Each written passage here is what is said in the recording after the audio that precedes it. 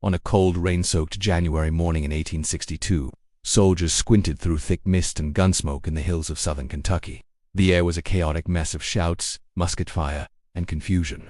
In the middle of it all, a Confederate general rode his horse straight toward what he thought were his own men, yelling for them to stop firing on their comrades. But they weren't his men.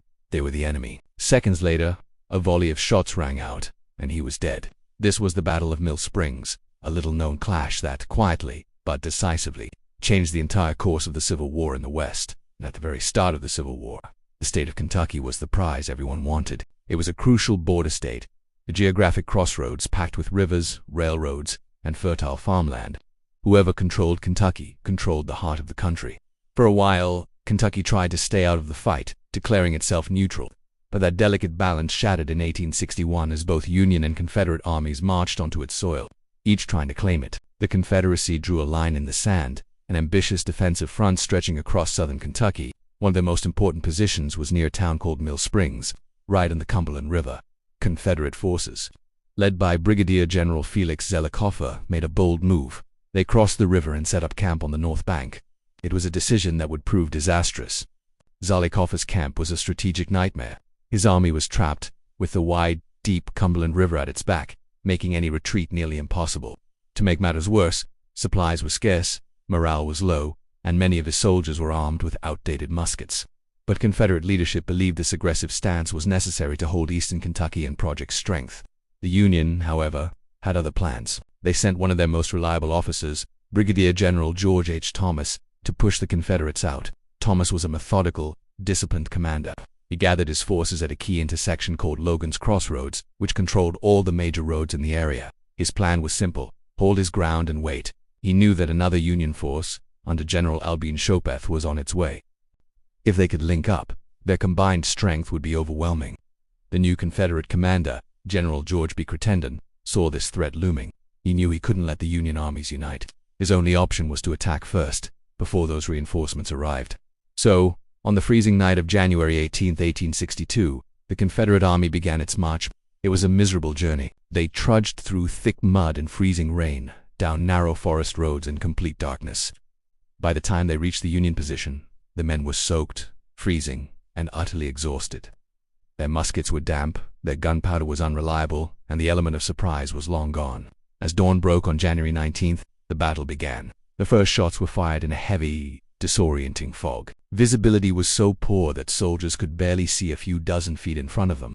The lines blurred, and chaos reigned. In the opening moments, the Confederates fought with fierce determination, pushing back the surprised Union regiments in brutal or close-quarters combat. For a moment, it looked like their desperate gamble might actually pay off. And then came the moment that changed everything. General Zollicoffer, wearing a distinctive white raincoat that made him an easy target, rode forward into the smoke. He saw a unit firing on his men and, believing it was a case of friendly fire, galloped right up to them to sort out the confusion. But he had made a fatal mistake. The soldiers he approached weren't Confederates. They were Union infantry from the 4th Kentucky. Almost instantly, Zollicoffer was shot from his horse and killed. News of his death spread like wildfire through the Confederate ranks. With their general gone, command broke down completely.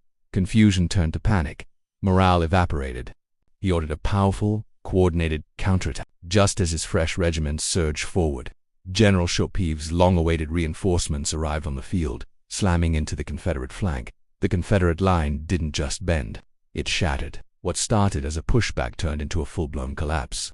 With the Cumberland River blocking their escape, the retreating Confederate soldiers had no choice but to abandon everything. They left behind their cannons, their supply wagons, ammunition, and anything else that would slow them down. By midday, the battle was over.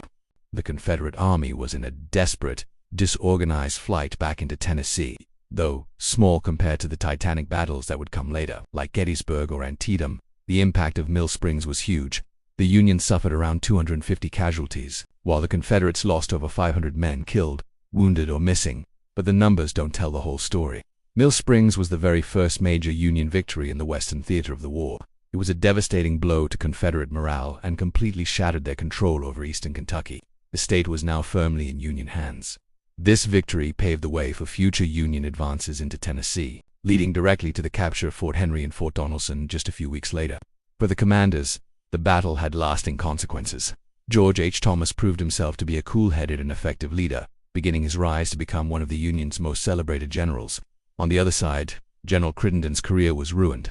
He was blamed for the disaster and faded into obscurity. The Battle of Mill Springs is a powerful reminder that history doesn't always turn on massive armies or famous names. Sometimes, the fate of a nation can hinge on a single, confused moment in the fog of war. A small battle, fought in the rain and mist of a Kentucky winter, shifted the entire strategic balance of the Civil War. If you enjoyed this deep dive into one of history's forgotten turning points, be sure to hit that like button. It really helps the channel reach more history fans just like you. And subscribe for more stories of the battles, leaders, and crucial moments that shaped our world. Now I want to hear from you. Let me know in the comments, which overlooked battle of history should we cover next? Thanks for watching.